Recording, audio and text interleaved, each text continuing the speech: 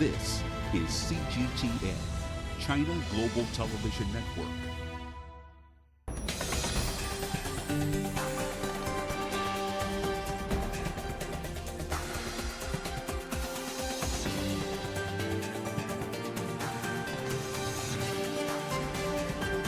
On today's World Insight, our special program, The Front Line. Doctors fighting the coronavirus share their stories from the front line. Is a turning point in sight? Mask is the most important method to prevent ourselves and families and our friends to be infected by the virus. That maybe old people, especially over 80s, have much severe conditions in Japan. So solidarity, working in cooperation with other countries, I think is essential. Concern was the spread of the virus outside the epicenter of the epidemic.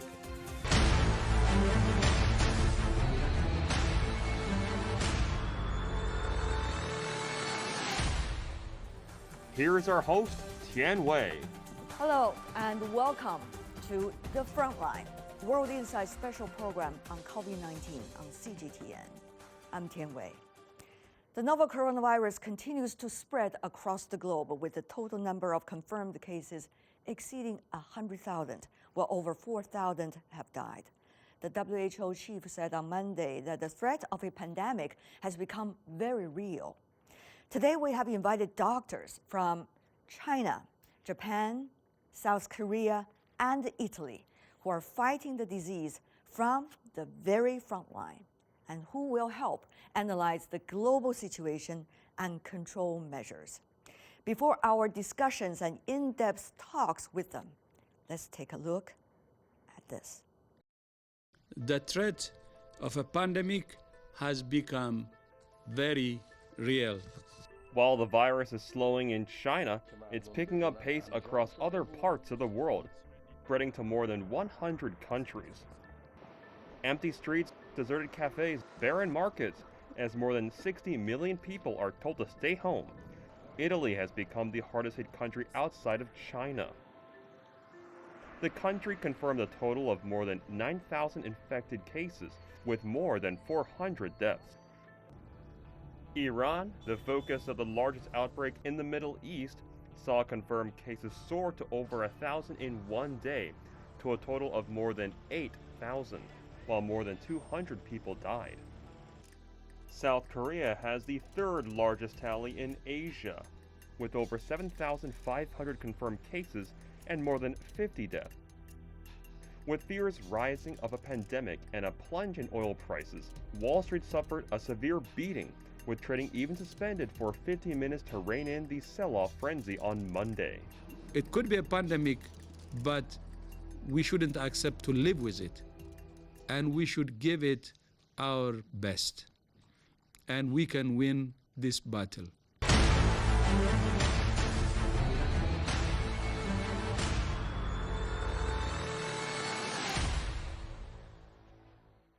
The Frontline, our special program examining how various countries are dealing with COVID-19 and how can we compare notes to save lives. We are joined in Wuhan, the epicenter of the coronavirus outbreak in China. Dr. Zhou Ning, he is now working in the ICU unit for the COVID-19 patients. He is from Tongji Hospital in Wuhan. Dr. Zhou, good to see you. Good to see you. Meanwhile, we have in Tokyo Professor Koji Wada, professor from the Department of Public Health with the International University of Health and Welfare. He has been very much involved in the issue of Diamond Princess cruise ship, as well as providing advice to the Japanese government on the latest outbreak. Professor, good to see you from Tokyo. Good to see you. I'm very pleased to have this chance. Thank you, sir. And also joining us in Seoul, also another epicenter of the coronavirus outbreak around the world, from South Korea via Skype, we are joined by Dr. Alice Hien-Kian Tan, an internist at Ms. Medi Women's Hospital. She has been very resourceful to providing all the latest information about the outbreak in South Korea. Dr. Tan, certainly good to see you as well. Thank you for having me. Thank you so much, the three of you, for sharing your precious time. I know you are extremely busy, so let's jump directly into the questions. Let's start from Professor Wada. Your latest analysis of COVID-19 situation in Japan. 1 or 2 sentences, if you can, sir. Yes. As of yesterday, 9th of March, we have had 472 positive cases in Japan. And we are still containing the clusters. We are now catching up the patients who have had a positive case and also who have had a close contact. Dr. Tan, what about in South Korea? In South Korea, we have just finished testing the 9,300 members of the Daegu branch of the Shincheonji Church and their close contacts. That totals about 10,500 suspected patients. And since we have finished that first round of testing, we've seen a decrease in the number of new cases over the last week. So we are tentatively thinking that perhaps we have passed the peak of the new cases, and we're working now on detecting more cases in the Daegu region, making sure that we contain our clusters that are popping up still in different regions. Dr. Tan, we did hear from your health minister earlier suggesting maybe the peak is over, but we'll have to wait and see. And also I want to invite from the epicenter of COVID-19 in China, Dr. Zhou Ning. You've been working in the ICU unit. You saw everything. So tell me, what is the latest situation? We understand earlier reports suggested already Chinese President Xi Jinping in Wuhan today. So far, we have more than 80,000 people who was infected, and more than 2,000 people died. We suffered a lot, and also we learned a lot. But I think the victory is almost there. President Xi came to Wuhan this morning and see the medical doctors and see the patient and also the other people who have do a lot of work in this. I think it is a battle against the virus. So I think after 2 months work, we have almost defeated the virus. Less and less patient was infected. I see. So I think in the end of this month, we can get the final victory, yes. Well, that sounds so much the light at the end of the tunnel, I have to say, after going through all of Good the news. things over the past 2 months. Yeah. Let me start by asking about one crucial issue, because every one of you is facing that: tests. The test kits, availability of tests, and the quality of tests, and how tests will help us to understand the real situation. Dr. Tan, from you.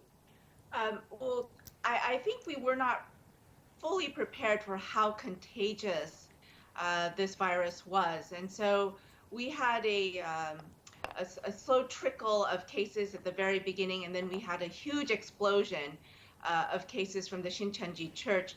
We worked very hard to ramp up our testing capacity. And so now we're up to 10,000 cases per day that we're testing for. We have been using private testing kits, meaning it's made by a private pharmaceutical company. It's not a government-made test. And we've been able to procure adequate number of tests. And also what was important was getting reference laboratories in the community ready to do the testing. Professor Wada, you were earlier involved in the issue of Diamond Princess. When I was talking to you, you had a lot of work to deal with every day at that time, at the peak of that controversy. And now I know you are also helping the government try to do more tests. We understand there's likely to be even state emergency being announced in Japan. So tell me about what exactly are you trying to deal with when it comes to priority of tests and how to get them done so that the numbers can be closer to correct? The Japanese government has provided a testing for those who have had an epidemiological link with the patients. as well as the severe conditioned patients. And now we are providing the testing for not only for the public health laboratory, as well as private companies also doing testing. And the number of testing is now increasing. So that's the reason why we have some more cases comparing with last week. And in Hokkaido, it's the northern part of Japan, the governor of Hokkaido declared state of emergency 2 weeks ago. And they are trying to minimize the daily lives movement. Yeah. And we are expecting the number of patients are going to be decreased in Hokkaido. Yeah. And we are also catching up the clusters happening in Tokyo and in Osaka and Aichi in Nagoya. When you look at your Korea colleague and also your Chinese colleague, is there much you want to compare notes with them or have questions for them? Because I know Japan is now going through this very important testing, process. I know that there are so many people who would like to have testing because they really worry about getting infected. But the capacity is limited everywhere, not only in Japan, but also everywhere in the world. So we should have a very effective algorithm if we are going to test or not. Do you have any lessons learned how to select the people who may need to have testing in Korea and China? Yes. So I have that great question. So that's very important to isolate the infected people. For those who have a fever and a cough and fatigue, for these people who have some symptoms, is suspected to have a virus infection. So we need to do the test for them. That's absolutely correct. So for those people who have no symptoms but has contact with the other people, these people was confirmed as a COVID-19 infection. So these people should be also received the virus test. So in the very early stage, we found that some people who looks like very healthy, but they can also be infectious. So these people are the key to be isolated to prevent the outbreak of the COVID-19. Dr. Tan, you have any advice or any lessons you want to share also here? Yes, so as we were testing large numbers of people, I think in the very beginning, we were just concerned about doing tests, as many tests as we could. And what happened was there were not enough isolation beds to place all of the people who tested positive. And what happened was we had a positive PCR test result, but we were not able to do thorough medical histories on every person who received a test. And so there was actually a few cases of patients who, one woman, for example, she had received a transplantation. And so she should have been on a high priority list. After her test result became positive, she should have gotten into the hospital immediately. But that part of her history was left out, and all we had was a positive result of the diagnostics. So making sure that we have all the pieces of the diagnostic puzzle together, not just a positive PCR, but of course the history in terms of, have they had contact with any other positive cases, their symptoms, but also their medical history. Are they a high-risk patient? Do they have heart disease? Do they have high blood pressure, diabetes? All of the other chronic medical conditions that we know make a person vulnerable for a worse outcome. We need to make sure that all of those pieces of the diagnostic puzzle are considered when we, after we get the PCR result, determine where is the best place for these patients. Another question I want to have for all of you is the severe issue of severe patients. Now we see not only in our part of the world, Northeast Asia, but also in 100 countries that have already got the cases. Some of them are experiencing this very difficult time. The death rate, the mortality rate, as they say, have been extremely high for now. So how to deal with that problem? Maybe I have Dr. Zhou to go first because you've been working in the ICU unit for a long time, and also you know the whole process. Even though other countries could be different, but maybe your firsthand experience could be of help to your other colleagues. Dr. Joe. Yes. So since the beginning of the February, I have working in the ICU for the treatment of the COVID-19 patient. So in the beginning, I was so desperate because so many patients died. Most of them are very old, like 17th or 18th, very old patient, and with a very severe respiratory failure. And even under the support of the ventilator, they cannot get back. So that's very desperate. So in the beginning, but after 10 days later, we found some ways to keep them alive. Firstly, we have to say that there's no very effective, very specific antivirus drugs for the COVID-19. We can find some other ways to, like the expectant treatment, like oxygenation, and also the to get a very good nutrition and rest for the patient. And in the very, very severe patient, we have some other method like the ECMO and like ventilator support to save them. But so far, we found that for those very old patients, even you use all of the method, you cannot save them. So that's a problem. So in China, so far, we have lost more than 2,000 patients' lives. Yeah. And still, some patients are dying. And in the next stage, our key is to lower down the mortality for these patients.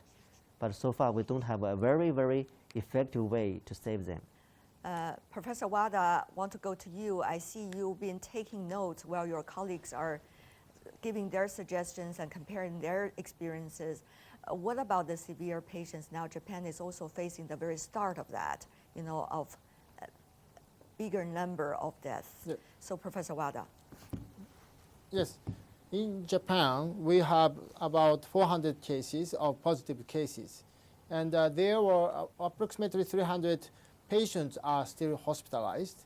And unfortunately, we have 7 patients who have passed away due to the domestic transmission in Japan.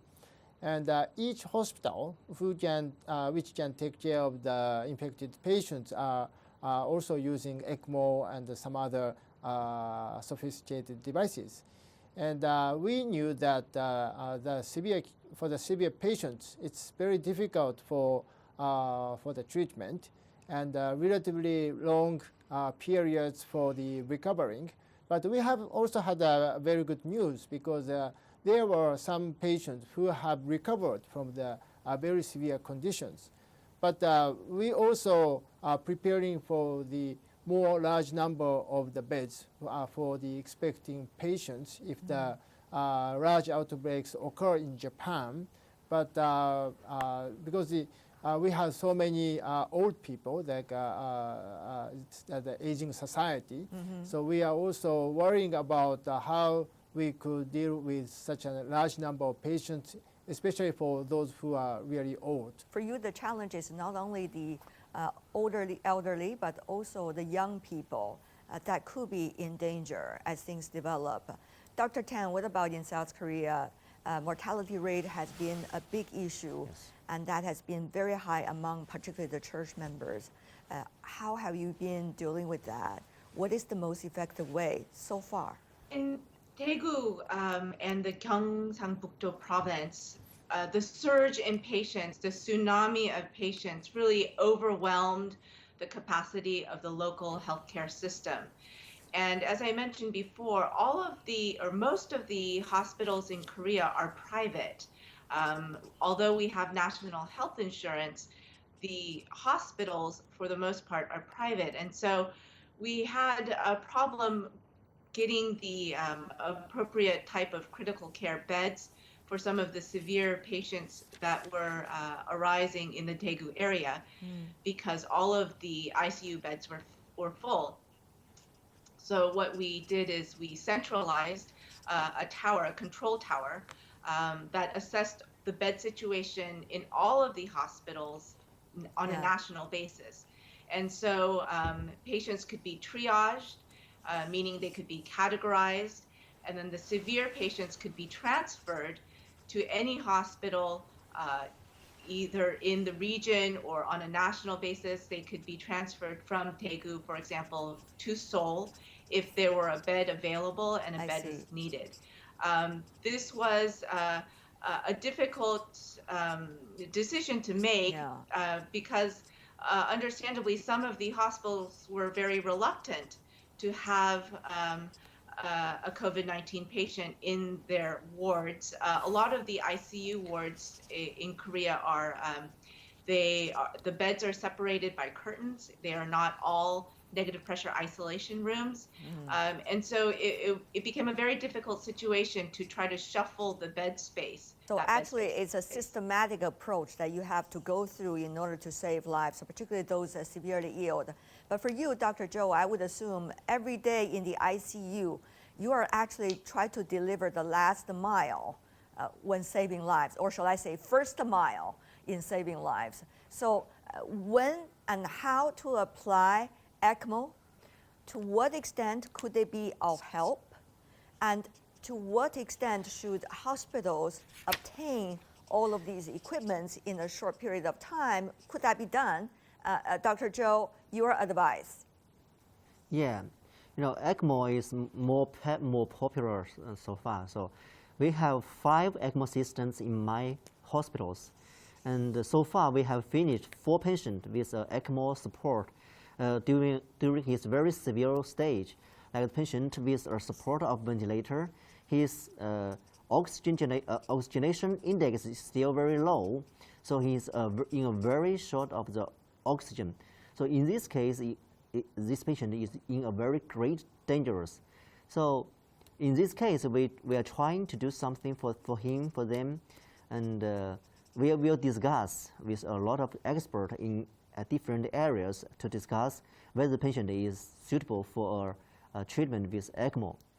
And in my opinion, if the patient has a very severe respiratory failure and without any other organs failure, like the heart failure and the kidney failure and the dysfunction of the brain, before he get a MODS, I think that's the best time for him to receive the treatment of ECMO. So just think about that.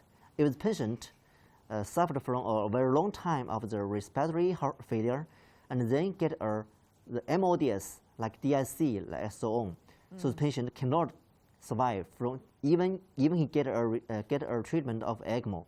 So in my opinion, the ECMO should be due in a very early stage of the respiratory failure.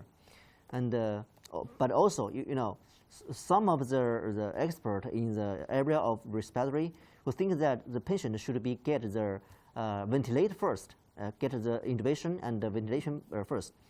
But in my opinion, that's maybe not always correct, because with intubation, the patient will be loss of conscious, right? And with time passed and the ventilator associate pulmonary pneumonia will, the bacterial infections will come.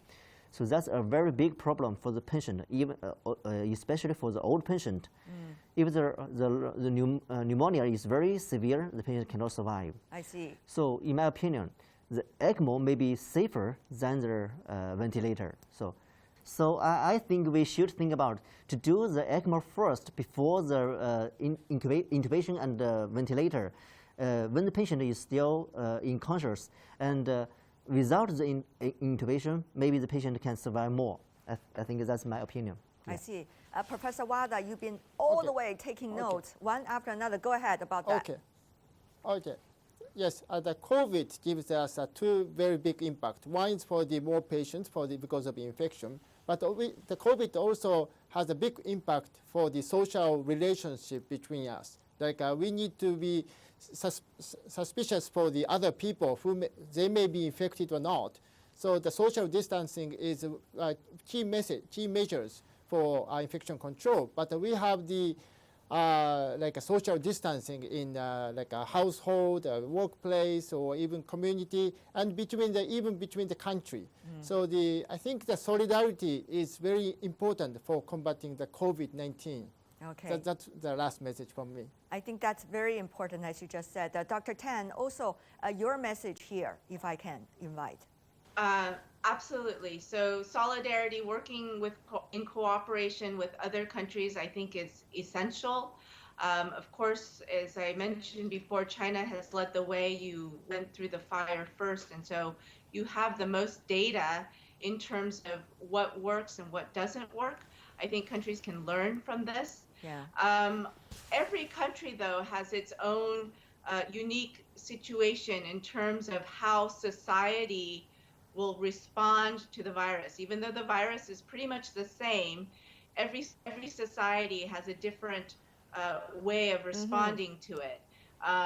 And so I think it's up to each nation to figure out, what is the best way to mobilize their communities, right, to get people on board to do what needs to be done. That's going to be, going forward, I think that's going to be very important. Yeah. Seek truth from facts, I guess. Try to stick to the real situation in your own home. Try to figure out the solution. Dr. Zhou, you have your final input here to share with your colleagues? I wondered, I need to discuss with other experts that it's a mask. I think we missed this kit, this one. So mask is the most important method to prevent ourselves and families and our friends to be infected by the virus. I think mask, that's very important. So second note I need to share with others is how to protect our medical staff from the infection of COVID-19. There are more than 3,000 medical doctors and the other medical staff was infected in China. So this is a very bad thing. If the medical staff was infected, there's less and less medical staff can take care of the patient. Yeah. So that's not good. So thirdly, I think we need to share the lessons and the experience of how to treat this COVID-19 patient, especially for those very severe patients, and how to reduce the mortality rate of the severe patient. So I think we are analyze and do some collection of the data, and we think we can publish this data to the international medical staffs, and I think they can get some lessons and experience from these publications. I see the other two guests from South Korea and also from Japan have been nodding their head. Obviously, they listen to your words and they hope there will be more information shared and also experiences and lessons shared as well. I want to, on behalf of the team, thank you so much, the three of you, sharing with us your precious time. Zhou Ning from Wuhan, China. Koji Wada from Tokyo, Japan. And Alice Hiem-Kian-Tan from Seoul, South Korea. Doctors and professors, all the best. Be healthy. And you're watching The Frontline, a special program of World Insight. Still to come on our program today. Lockdown measures in Italy go nationwide. Can these regulations stem the tide of coronavirus infections in that country?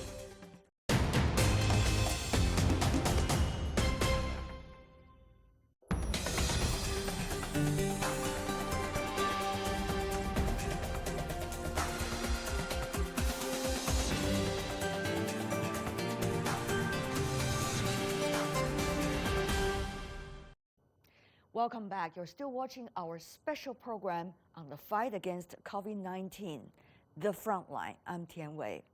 The new coronavirus has spread far across Asia, reaching the continent of Europe, where over 12,000 cases have been confirmed. Germany and France have both seen over 1,000 people infected. Italy has become the worst hit affected country outside China, with cases surpassing 9,000 and the death toll reaching 460. Italian Prime Minister Conte announced the nationwide quarantine measures, extending those in place in several northern regions to the rest of the country. He also said all sporting events, including Serie A, will be cancelled.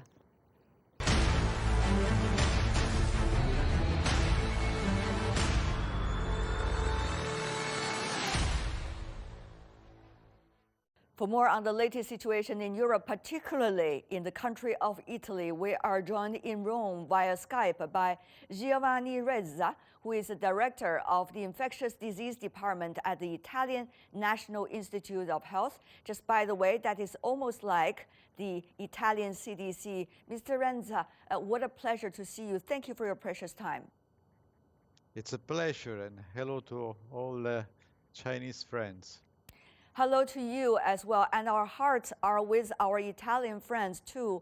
Tell me more about the latest situation in your country. As someone who's in the task force against COVID-19 in your country, what would you characterize as the latest characteristics of the situation? Yeah, unfortunately, on the 21 of February, we realized that COVID was already present in our country. The index case was identified at that time, but the virus was already circulating for the last 3 or 4 weeks. Maybe it was introduced around the mid of January when we had the peak of influenza cases. So it was quite difficult to diagnose the first case. And then the increase in the number of cases in the south of the region Lombardia was really very, very fast. It's something we also had seen in Wuhan or in Hubei before. And then we've also found some case clusters of cases in other two regions, Veneto and Emilia-Romagna, that are near the region Lombardia, that is still the most heavily affected, and other cases in Piemonte and in another region in the north of the Marche. Fortunately, Rome has only few cases, and there are few chains of transmission up to now. But the point is that after learning what from China and learning also from the situation in Lombardia, we realized that it was wise to implement control and prevention measures in all the country in order to slow down the virus circulation speed. Yeah, Mr. Rinta, if I understand right, now you have a nationwide lockdown, but this lockdown, quote unquote, is somewhat different from what China implemented in the city of Wuhan. That is like a total lockdown. People are not moving around, and there's more likely a city separated from the rest of the country and rest of the province. So tell me more about what Italia is having in mind in terms of the specific way of locking down. People are still moving around. If they can work in Switzerland, they're still going to work in Switzerland. If they want to drive out, they can still do that. But what is the meaning of lockdown in your current situation, sir? We tried actually at the beginning to have a very strong measures in the so-called red zone in the south of Lombardia, or the region Lombardia. But then we realized also, in some way stopping population movement. But then we realized that we had some other clusters of cases or smaller outbreaks in other areas of the region and in other regions. Now we are trying to limit population movement from every municipality of Italy, because we are very worried about the fact that there are chains of transmission not only in the very well organized and wealthy regions of the north of Italy, but we are very concerned about the situation in the south. We have just few cases in the south of Italy, but the regional health system in the regions of the south is not as good as in the north. I see. So this is why we decided to implement measures at the national level. It's a bit a different approach from the Chinese one that I think it worked very much. But anyway, we are still trying to limit population mobility and to create social distance.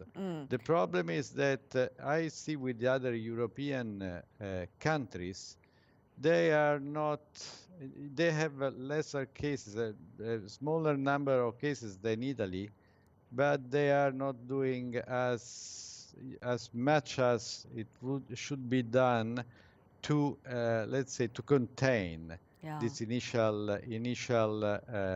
outbreaks. So I think we need a stronger response from European countries. So, Mr. Ritz, you are saying that the EU as a whole and your neighbors are not responding as strong as they should. Is that what you're trying to say?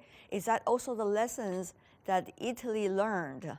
How do you think that can be, that spirit, in other words, can be further implemented in your future plan of both prevent and control as well as mitigation?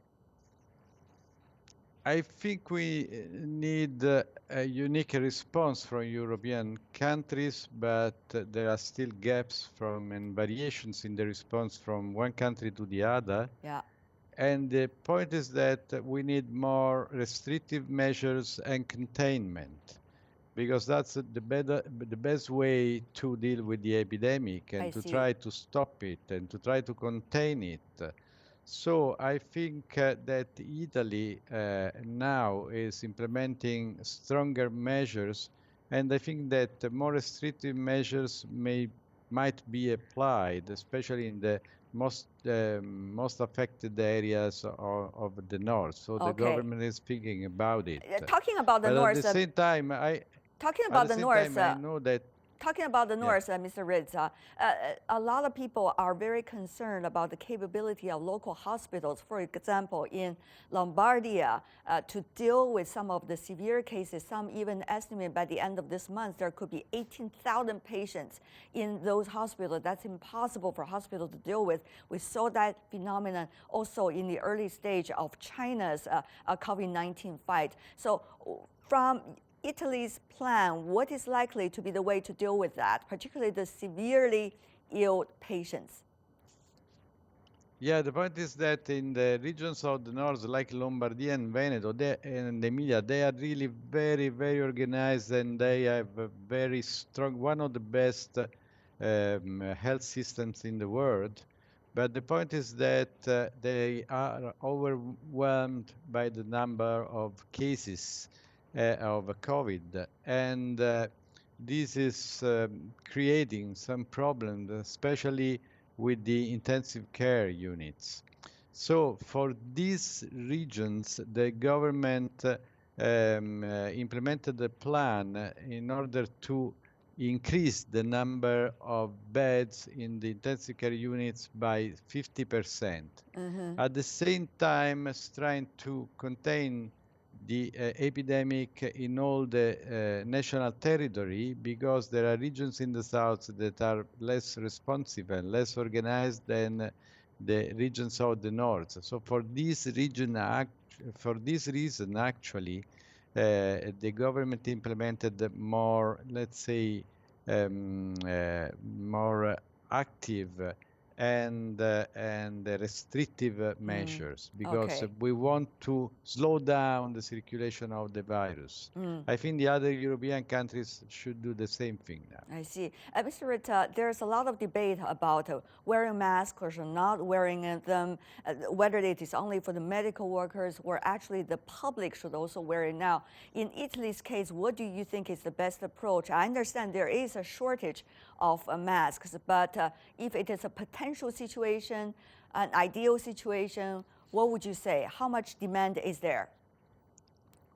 Yeah, I think there's a big demand of masks, but there is also a shortage. This is one of the reasons why, we are flexible about recommending the use of masks, because there's a shortage at this time. And it was not possible to get masks from other countries, and there is a sort of a crisis that is created by this shortage.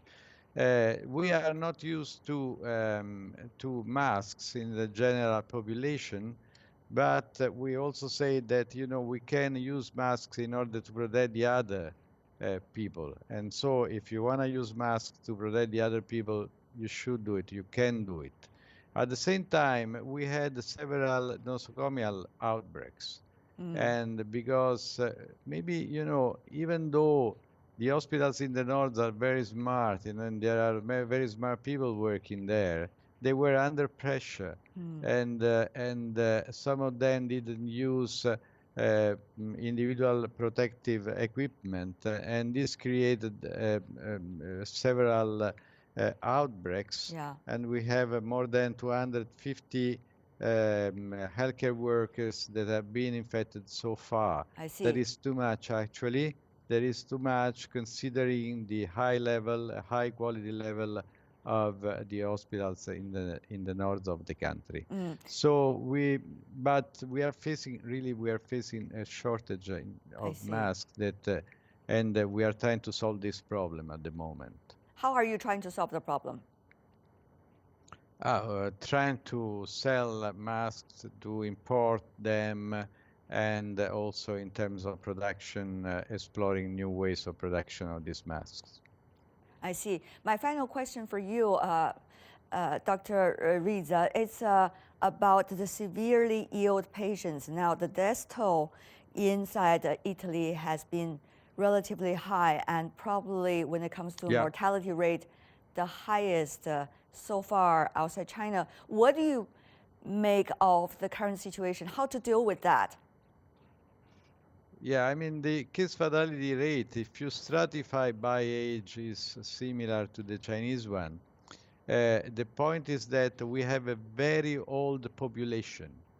We have a lot of people who are more than 70, more than 80 years old, and this creates problems because the case fatality rate and the rate of severe cases among the older population is quite high. Yeah. So many people who are more than 80 years old need intensive care, and this is why also we have high case fatality rate, because these people are not easily treated also with intensive care. And this explains why the case fatality rate is high, is that the population structure the Italian population structure is really biased towards older age. The other point is that we are testing, at the beginning we were testing also people without symptoms. Now we are concentrating on testing of people with symptoms. So the denominator is smaller and the case fatality rate is higher, just because we are testing only people with symptoms. I see. There are a lot of reasons as to where it is today, but our hearts and minds certainly are going with the people in Italy, and we certainly hope you and your colleagues will be able to battle this very important fight with all our support as well. Bye. And that is all the time we have for today. Our special program, The Frontline, on COVID-19. If you'd like to see more, try to find us, World Insight, just into your search engine, or check out our YouTube channel, Twitter, and Facebook accounts. From me, Tian Wei, and everyone on the team, thanks for watching. Bye for now.